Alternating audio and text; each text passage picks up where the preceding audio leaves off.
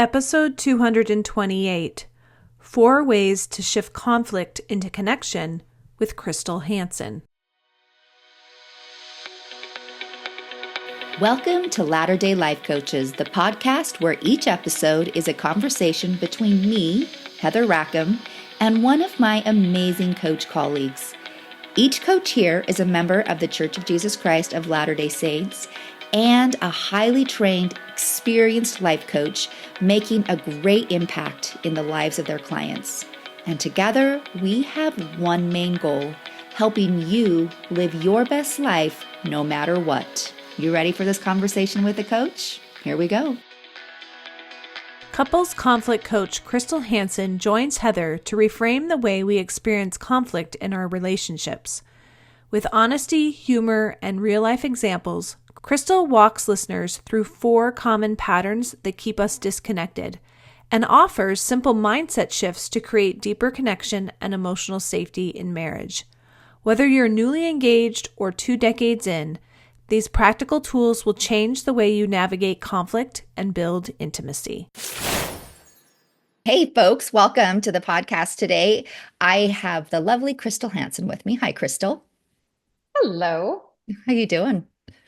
I am great. The spring is here. It makes me happy. This is I my know. favorite time of year. It's so good. I know from when we're recording and when this will air, there's a little bit of there's a couple weeks time difference here, but yeah, like the grass is all of a sudden super green and there's buds on the trees. I'm looking outside. Oh, and I didn't tell you this before we started recording, but we had surprise baby goats. So even that like feels really springy and they're like the cutest things I've ever seen. I didn't know that I had a goat that was in my pasture that was extremely active. So I have like 6 Oh, female goats and 2 of them have had babies. Surprise. Well, no, one of them had oh, triplets and another one had a single birth. So I've got 4 babies out there and there could be more. oh.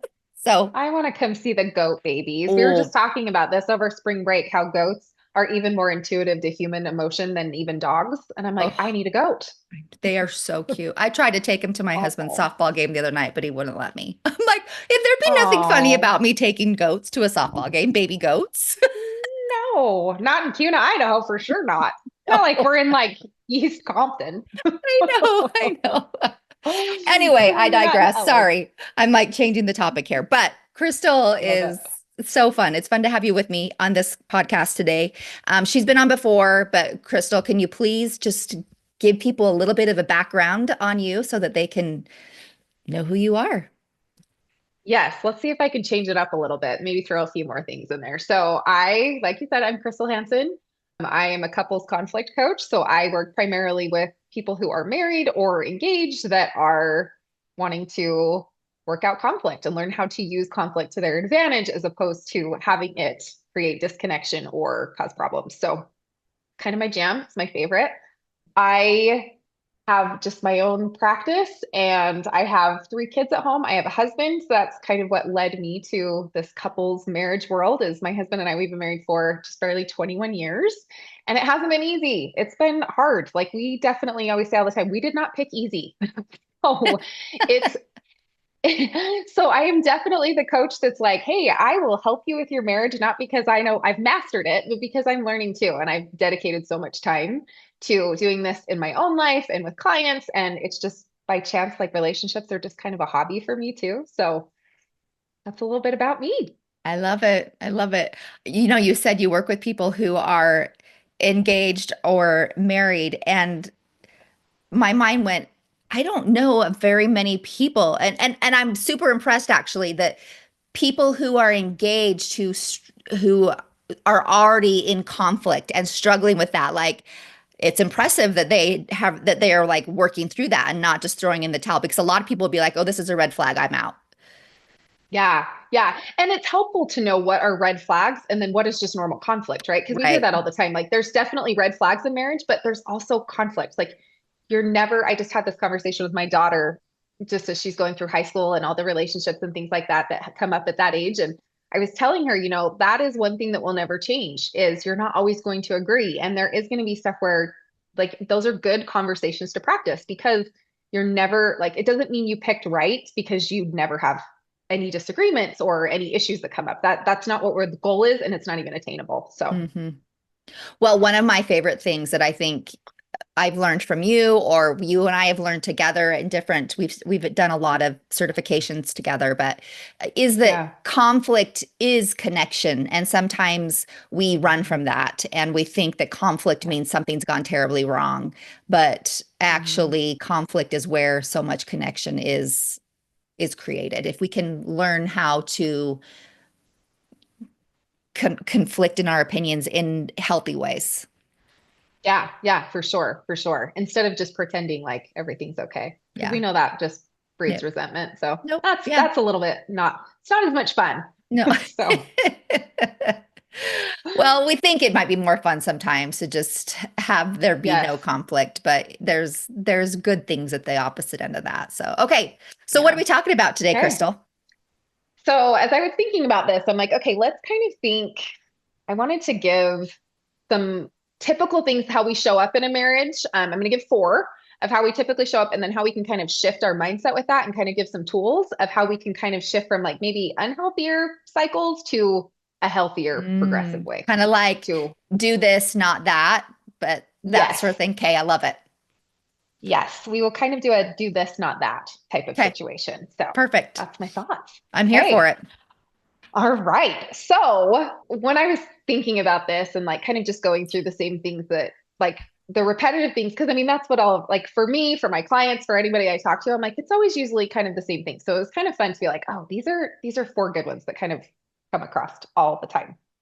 So one of them is noticing when we stay stuck in this belief system in our marriage, right? That it's like, oh, he always does this or she never does this, right? It's our brains go, we know this, like this is basic, right? But our brains will look for evidence of things that to make ourselves right. Hmm. So noticing that, of course, is the goal, right? We want to be able to like do that. But I think that when we notice conflict, it's the best way to start working on this instead of trying to like do all this work before where it's like, okay, well, what am I believing that's true? Or what am I not true? What are the narratives that I'm telling? Your conflict is going to point it right out to you. So you don't even have to do that back end work or try to predetermine it. It'll just do it for you. So whether you are a person who does conflict outwardly, right? Like we have those that are outward with conflict and then those are inward with conflict.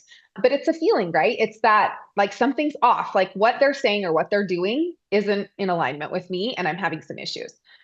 So that being said, it's looking at it with curiosity instead of going through that same pattern of believing that it's true. It's like, okay, something's off instead of just going down this line of being like, this is why what I'm thinking is true, because they never do this, they don't do this, because we will find, like, I mean, I could build a court case to prove that I'm right. I totally could.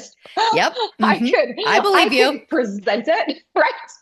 Totally could. But it doesn't serve me and it doesn't serve my husband. So it's reminding just that simple twist of instead of letting our brains when we're in conflict go down that rabbit hole of this is what's going on. They always do this, like those stories, to just get curious and be like, is there something else that could be going on here? Is there something that maybe I'm missing? I'm Hmm. getting more curious. That's going to be the first thing to switch. Which is sometimes we feel so justified, right? Like you said, like we Yes. can build a court case on why we're right or why they're wrong or why Yes. it is what we believe it to be. And a whole lot of things will shift if we can just ask ourselves that question. Yeah. And I even like to like, I mean, I'm always saying this too, like meet yourself where you are. Hmm. So if you're like me, I mean, I feel like I've done a lot of work in this area, so I know it can be done. But when you can build that court case and be like, let me prove how this person is the problem. It's even just as simple as being like, okay, I'm willing to consider that they can be right too, or there might be some explanation for them too. Like Yes. meeting yourself where you are. We don't have to go from like these are the stories in my head too. Oh no, it's great. They're doing the best that we can. That swings us into toxic positivity and thought swapping, and it doesn't serve anybody. So we want it to be, it needs to be realistic. We need to meet ourselves where we are. Hmm. Hmm. I'm willing, I like that. I'm willing to maybe see that they could possibly be right here too, or or from at least not even be right, but like that they might have a respectable point of view either. So, Yes. for sure. Like they have a side too, right? Hmm. We all have perceptions. And so Yeah. that's kind of how that works. Okay. So yeah. This for that. Okay. Yeah. So the next one, this is one that I think is so common. We all do it. It's when we go autopilot in our marriages, right? So it's like we get so good at the day to day where they come home and people usually are pretty routine oriented, where it's like, oh, like some people meet their husbands, give them a hug and a kiss, whatever it is, right? Or this is what we do on Saturdays, or this is what we do in the mornings. We get very routine oriented, which is totally fine. There's nothing wrong with that. But if we want to continue to create connection in a marriage, we want to make sure that the things that we're doing that are loving or kind or connecting is intentional. It's not just on autopilot. Just that tiny little shift of even just putting a little emotion inside your body about it is going to make a huge shift. Pretty simple. Yeah, but I like it. Like I am a very routine person. Like Yes. I am very routine oriented. Like I could basically script probably what the conversation is before my husband goes to work and when he comes home, sort of thing. But Yes. just like yeah, just focusing on the intention behind something rather than just the routine. The routine Yeah. doesn't have to change, right? It can No, remain no. exactly the same, but Hmm. just thinking about it a little bit. So good. Yeah. Yeah, it doesn't have to change. I love that because I mean, we all want to, I mean, it's pretty typical for all of us to say, "Hey, how was your day?" Right? Yeah, But instead of saying, "Hey, how was your day?" just as a box to check off, right? Or as a thing that we do, like being like, "Huh, I really actually care. How was your day?" yeah.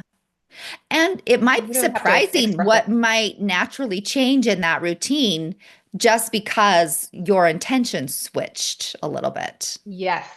Yes. Yes. And same thing, I can't stress this enough. Meet yourself where you are. If you do it once a day, great. If you do it like you can notice it a couple times a week at first, awesome. Hmm. Just those little shifts. It doesn't have to be big mountains. It doesn't have to be night or day different. Love it. Okay. Yeah. It's a good one. Yeah. Okay. So we're gonna go to the third one. So we do this, right? It's always one of two things when what conflict or a problem comes up. We either want to fix it or we get defensive. Sometimes both, right? Have you been watching me? No, Yeah. because I'm watching me. Oh So, dear. so there's a really quick way to fix this, and it kind of goes off of curiosity a little bit. And do you see I'm like sitting here grabbing our book that you and I both love so much, which is Brene Brown's Atlas of the Heart, because I want to pull up Oh, her it just sits right quote here on on my this. desk always. Yes, right.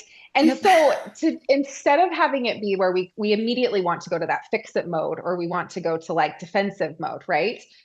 The key to unlocking that and to like the most beautiful way to shift out of that is empathy. And it's something that we hear about all the time. I feel like it's a word that like kind of gets a whole lot of like reference, but we don't really dive into what it actually means. Mm-hmm. Mm-hmm. But I love how she talks about empathy. And she says we need to dispel the myth that empathy is walking in someone else's shoes rather than walking in your shoes.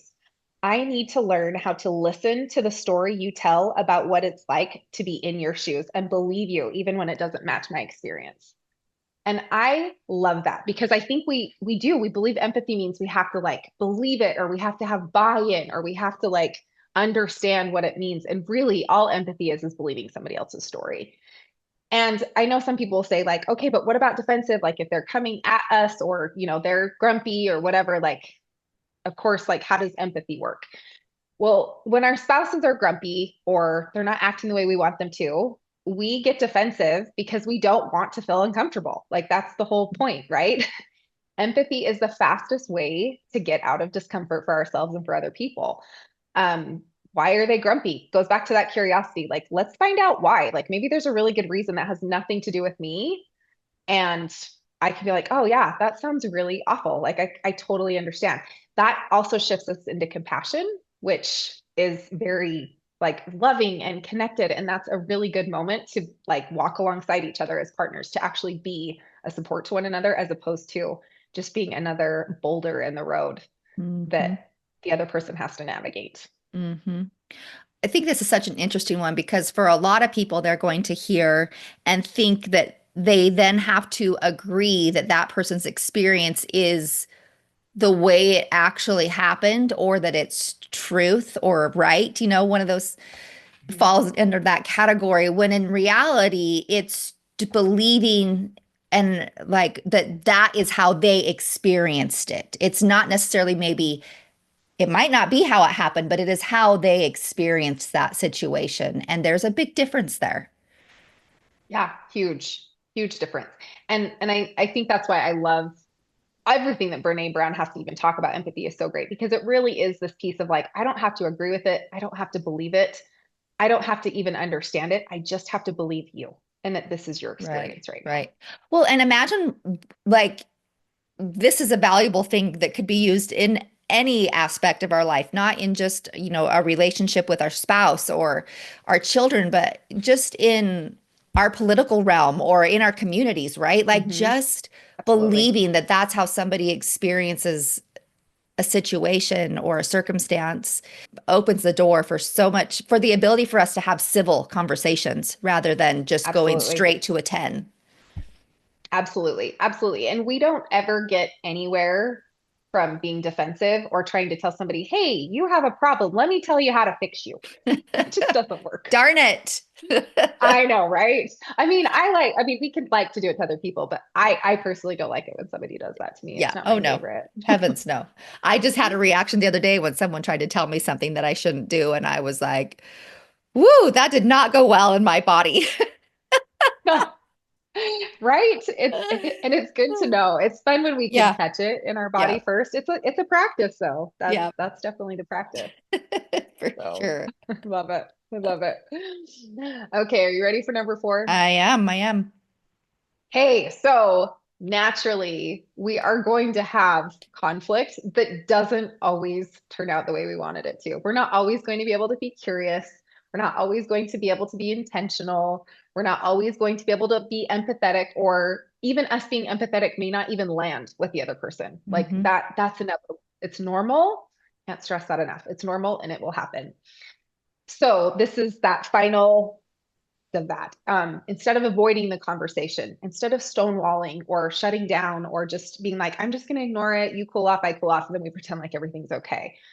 Um, to elevate your marriage, take it a little bit further, because that does work, right? We know that that works. But to take that one step further is to create a healthy repair with your partner. It's something that I feel really passionately about. It's a lot of the work that I do with couples is figuring out what your repair cycle looks like with yourselves and with Hmm. each other and how you come together and do it. Because it is different. We have to repair and make sure that we're okay and we feel safe. The other person has to do that too, and then coming together with that marital relationship and doing that. So it's almost like three separate little repairs. But the beauty of this is to come back together and to be able to be like, hey, this is where I'm going to take responsibility for how I showed up. And ideally the other person can say, and this is where I take responsibility for how I show up.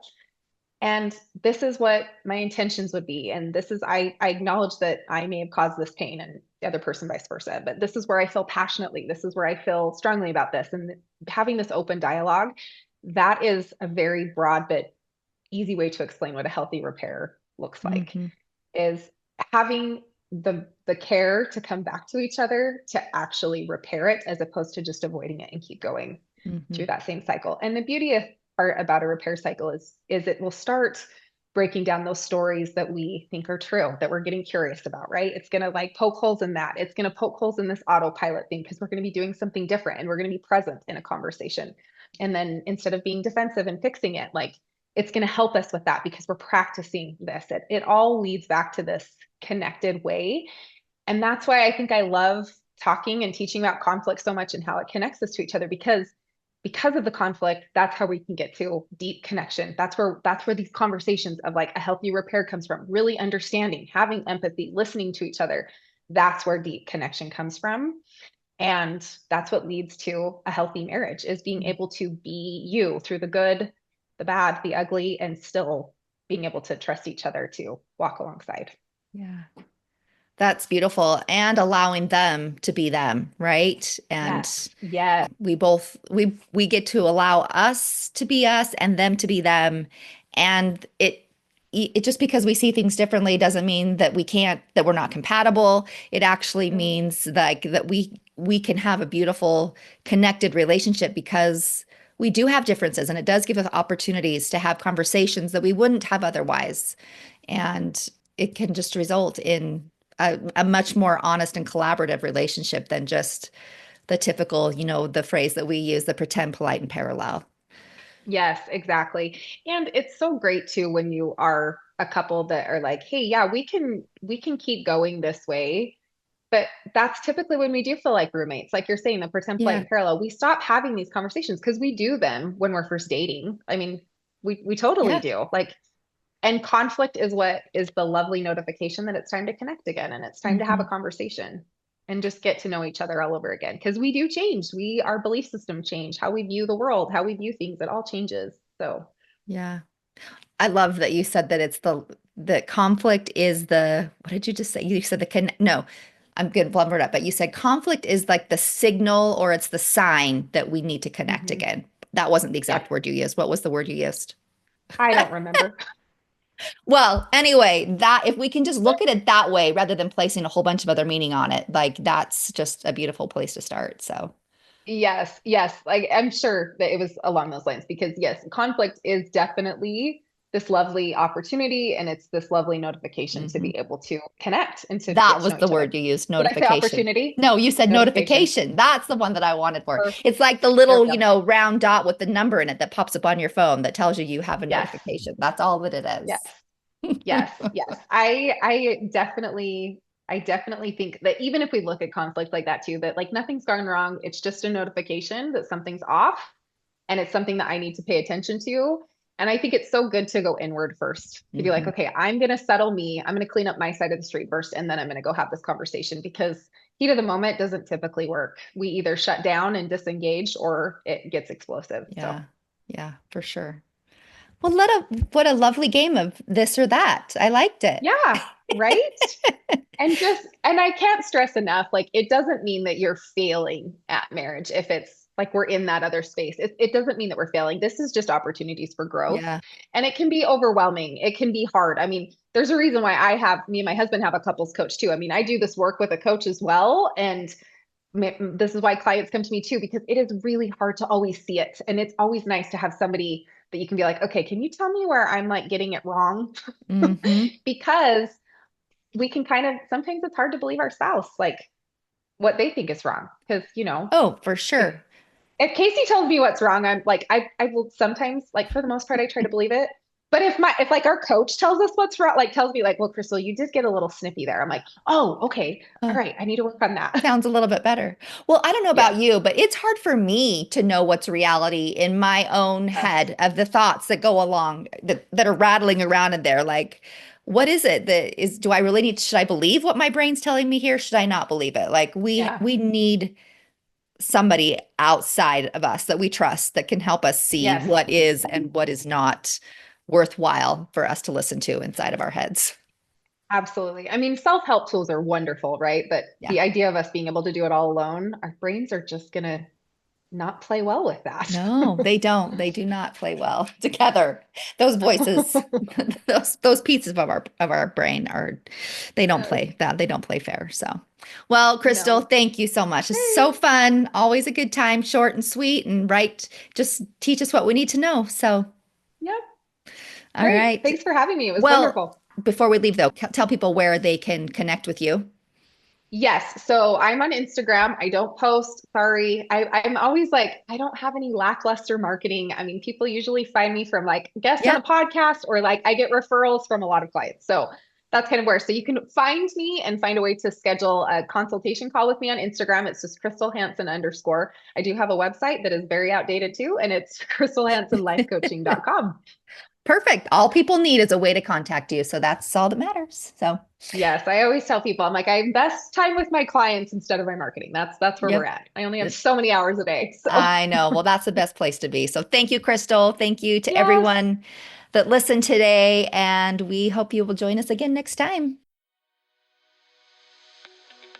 Hey, we just wanted to thank you for spending part of your day here with us at Latter-day Life Coaches and being part of this conversation. Share this with your friends so that you can have a conversation with them on this topic as well. And as always, subscribe so you don't miss a single episode. Have a good one, my friends.